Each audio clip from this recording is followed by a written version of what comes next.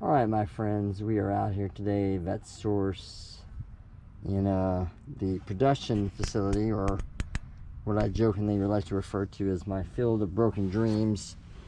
And what I'm going to do today is show you a little bit more about the Ram Air Trans Am that I posted on the community tab last week, and show you guys what it took for me to go get this and what it actually is. So, and yes, this is another one sitting right here beside it. So in the last few months, for some odd reason, Ram Air Trans Ams and formulas have just come up in my sphere everywhere. So you see this one here, that's actually just a regular formula, not a Ram Air, but still a formula.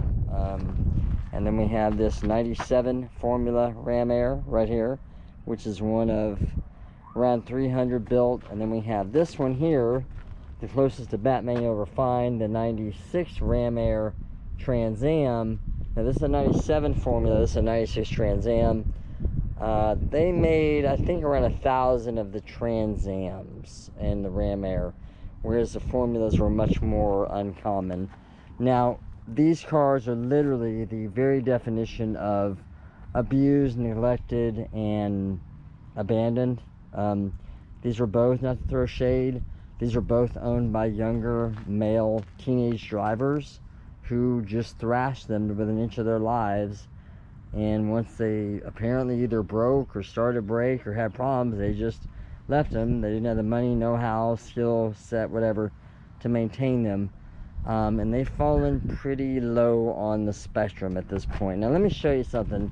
For there always is confusion, right, over Ram Airs, right? So Ram Air itself, you had the Pontiac Firehawks, or the Firehawk option, which was done through SLP, which was in the early 90s. I think they started it in 91, 92, which they were modified by SLP, sent out from the factory, modified, built in very low numbers, 91, 92. I think they had 93, I don't remember.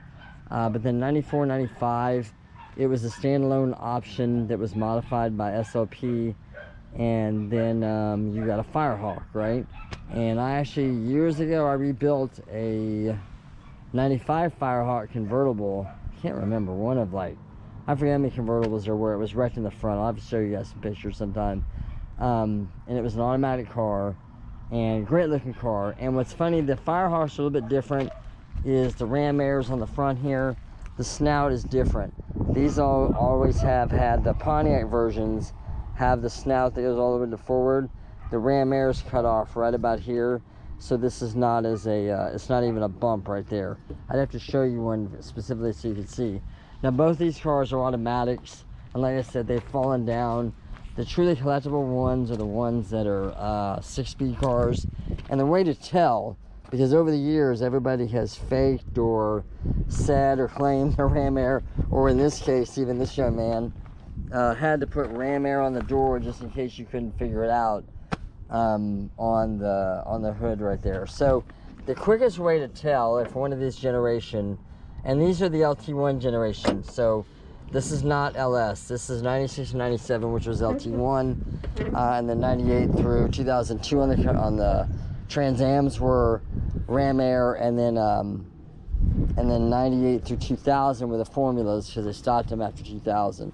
So the best way, easiest way to tell if these are true Ram Airs is one RPO code on your service parts identification label, and it is right, why can't I find it? Right here, PBT. Now it doesn't even matter, it will say WS6, right? WS9 for formula, but the PBT, what that indicates, because all Ram Airs are WS6s and all WS6s are Ram Airs, okay, from this generation. But the PBT indicates that Pontiac sent this to the upfitter with a temporary hood, like a hood like this one has on it, right? The base hood that you see on here. So these cars left the factory with this base hood on them, and then they were sent to SLP again, where they installed the Pontiac Ram Air, not the Firehawk Ram Air hood. So as you can see, like I was talking about, this car has, I want to say it was right at 200,000 miles. It is completely roached. It is torn up, it is left for dead, it is in bad shape. The headliner pad's still in there, which is cool. But it's just, I mean, what's funny though is the door panel's already been cracked on it, which is interesting. Normally you see that, paint's peeling off of it. It's bad. Now I know the gentleman I acquired this car for, a real nice guy, he was gonna go ahead and try to restore this, but he also saw that it was in pretty rough shape, and then the fuel pump went out, so he wasn't up to the challenge. Of course the taillights are out on it. They're messed up like they always are. Let me show you here though, under the hood, as I walk through the water there. Under the hood, now this is a fiberglass hood, of course, with those all-important grills that are often missing on these. This one, they may have worked on this one. That may just be the laminate coming loose. But anyway, everything's here under the hood. It's in bad shape. It's dirty, but it's pretty original. The bolts are intact. The fasteners, the harnesses, the looms for the harnesses are there. So everything's here on this car. So to back up a little bit, the reason why I ended up with this car was, originally I thought, yeah, I can go ahead and maybe use this as a put together car, but after looking at it, I realized it's way too far gone, and a lot of the expensive items are utterly destroyed in this car, particularly the dash, which is impossible to find. Now the 97 and ups, you can find these dashes, so technically I could get a dash for this car, but it's still $500. That part of the dash is destroyed, the taillights are destroyed, and this is the go fast formula, so it's fun, right? You can play around with this one and have a good time. But you know, it's so far gone. Cosmetically, it's a mess, so I probably won't deal with it. Now here's the other one though. This is the one I went to get last week, and this is the one I was talking about. Now this was up in North Texas, where it has been abandoned since, if you can see the sticker, 2017. There's a high school parking lot sticker on it, matter of fact. And this was literally sitting in a cow pasture in a field where I'm believing that, and I put those Corvette rims on the front because it had somehow I ended up with 3 16-inch wheels on it, which were not the WS6 wheels, and those were painted black on that one. But anyway, this ended up in a cow pasture after having some maintenance work done on it and never picked up. So I'm assuming there was probably a argument over the bill or something of that nature. And then of course, while it sat there, a tornado went through the area, blew out the back window, and then just proceeded to get rained in for I don't know how many years. Taillights, of course, like all of them, have holes in them. Doesn't have, I don't remember, the Formulas had the megaphone tips, but I don't know if the Trans Ams had those or if they had the other one. This one's kind of hard to see because it is a hard loaded car. It doesn't have the 6-speed. But it's got the AQ9 seats. It's full of water. It's been like this forever. It's got the CD player. The dash again is destroyed. It's got the leather wrapped steering wheel in it. You know, there's salvageable stuff. The T-tops are in decent shape. But then again, we go back and we'll show you. There is that PBT upfitter hood. So what this means, it left the factory with the other hood and was upfitted or modified by SOP for Pontiac. And of course, the all-important, there's our ram air system, there's our snouts are there. The surface of this one looks a little bit better. And then for some odd reason, they decided to cut the fins out, and I know why they do that. They claim there was 5 extra horsepower with that, which really wasn't true, but anyway, I'm not going to argue the point. And again, it's all here. Everything under this car, most of it is original under the hood. Now, there's a reason why I've been going over this and detailing this. So, these two cars, yes, they can be brought back, I'm sure. I'm fairly certain that both of these probably just have bad fuel pumps like all of them do, because LT1s are really good engines. You've seen me make videos on these before. There's no problems with them inherent in the design. You know, water pumps, OptiSparks, blah, blah, blah. It's typical stuff that goes out on them, right? But, and people love to hate on them for that, but they're very sound engines, they're very stout, and they're very fast, they're quite modifiable. You know, LS is probably going to be the last engine that people really want to play with, since the LT engines are just becoming so troublesome over the years as GM has fiddled with them. But anyway, these are solid cars, right, for somebody to restore. At this point, though, I really don't even need to do my cost-benefit analysis. these cars are not financially feasible to restore. You're going to spend thousands and thousands and thousands of dollars to bring these back, and in some way, shape, or form, you'd say maybe this one, the valuation being it's a Trans Am Ram Air, has a little bit more value than this formula, but it's 6 of one, half a dozen of another. You're going to be buried in these cars. And then the truth is, even this one, the top is damaged. In the cow pasture, the cows were bashing into this thing. It was messing it up. So the reason I bring this up is because in addition to these 2 cars, I found 2 other Ram Air formulas. So I'm sitting on 4 of these right now. I have another 96 that's red with a 6-speed with 60,000 miles. That really only needs maybe a headliner and some other things in it. Then I have another 65,000 mile 1997 Formula Ram Air that is black with graphite, AQ9 seat, 6-speed, everything it needs, that was sitting behind a barn down in Angleton that I picked up. So what will happen is these 2 cars will most likely become the parts cars donors for those 2 cars to get those back in the road, because again, those 2 cars, in addition to being the more rare formulas, they're both 6 speeds. And I think one of them, the black 97 is a T-top, and the red 96 is a slick roof. So you got an opposite situation here. You got a slick roof 97 and a T-top 96. So I have black 96, black 97, red 96, red 97. It's funny the way it worked out. So, but part of this video too, what I wanted to show you was some of the lengths I go through to find this stuff and drag it out of its places. As I went through Texas, I know, and everybody's been paying attention to weather, we've had some really bad weather the last several months in the southern part through the Tornado Alley. And I have usually down south, we avoid tornadoes for the most part, but I just about had to drive through almost a tornado to get this car. And then of course create a filthy mess to drag it out of where it was, because the rain had just swamped everything. But what I'm gonna do is I'll finish this video up so you can see the storm. I recorded this storm. Let me back up. I managed to record this storm in 8K on my dash cam, which I was shocked at, and show the effects of being caught in the middle of a potentially cyclonic storm, even though it didn't rise to that level.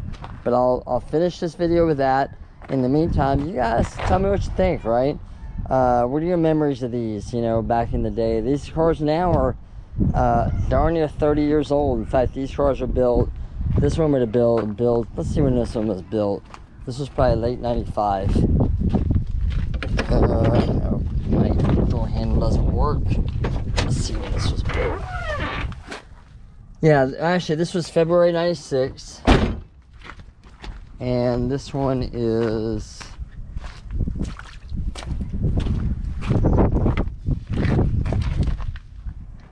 January of 97. So these cars are about 11 months apart between the 2 of them. So as hard as that is to believe, these are 30-year-old cars at this point.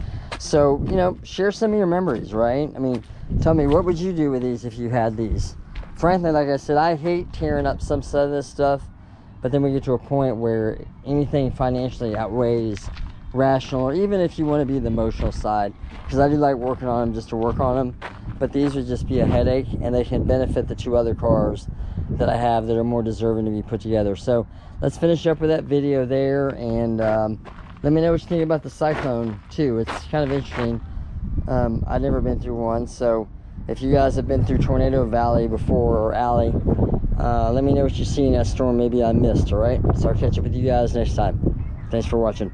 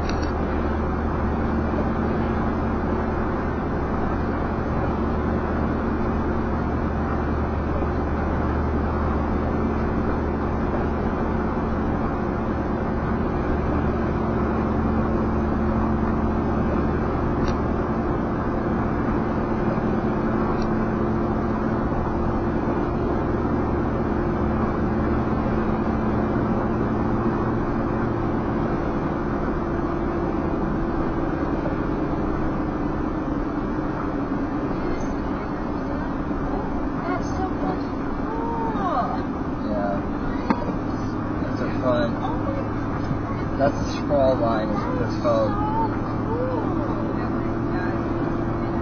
Yeah. Is that green? Yeah, that's green, yeah. That's so cool. And it's 64 degrees outside. It's really weird. And there's tons of lightning coming out of it. No, even in Wisconsin, I love it when there's a storm. Like, we're on a flatline, we see like this line, and there's a big ass tornado coming away. And we were on fun, I just stood there watching it. I was like, that's amazing. I love it. That's great.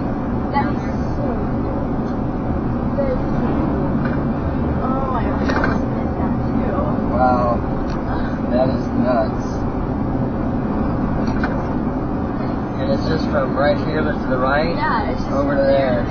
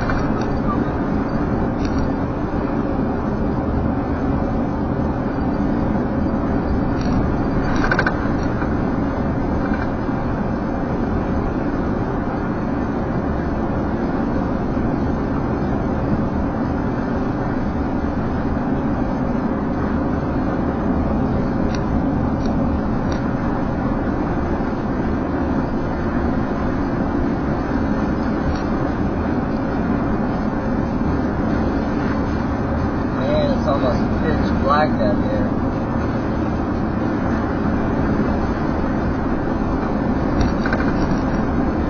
Are you kidding me? Seriously? Pasture.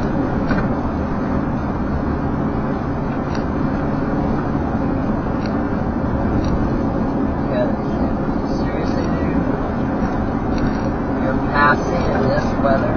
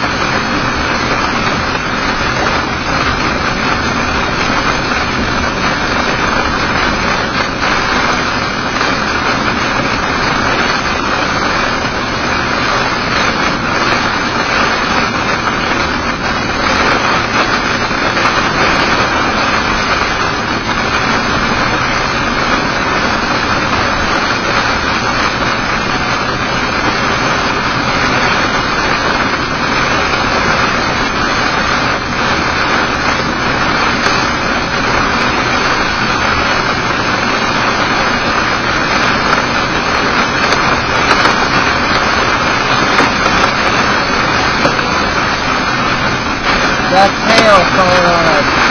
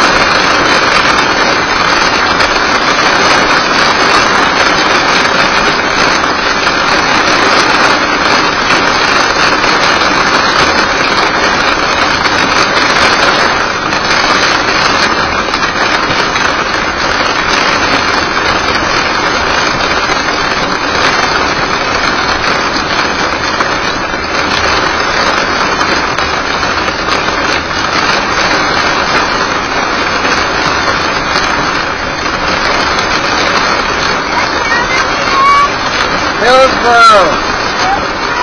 Yeah.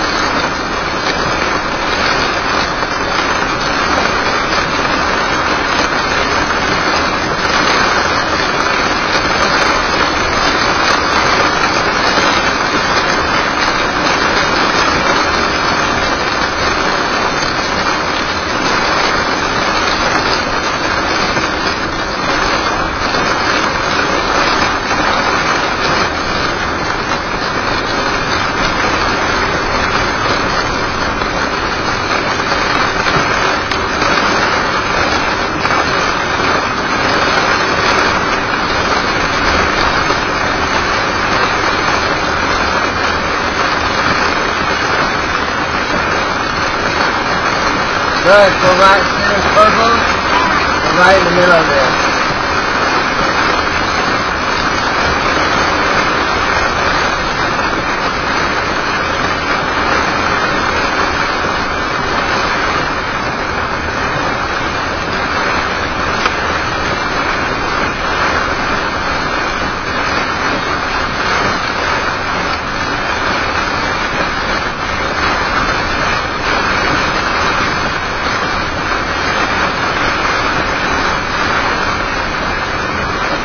Damn, look at the temperature.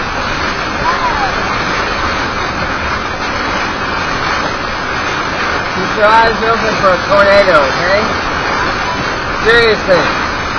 We just drove through a hailstorm. That's what they do, is they form in this type of stuff.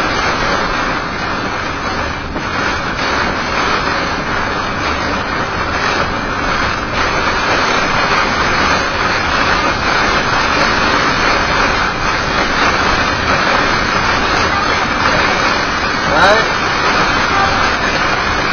You can tell when it's a tornado.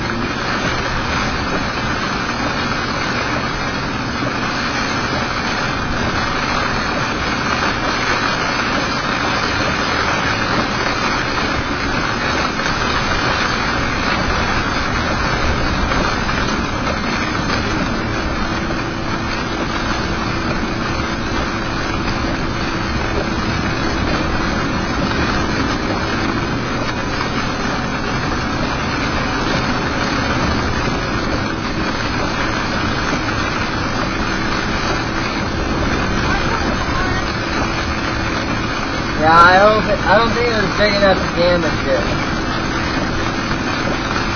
Let's see though.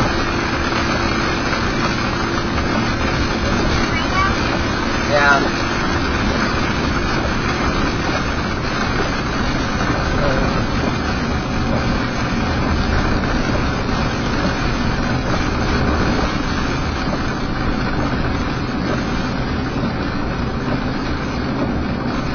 That was nuts.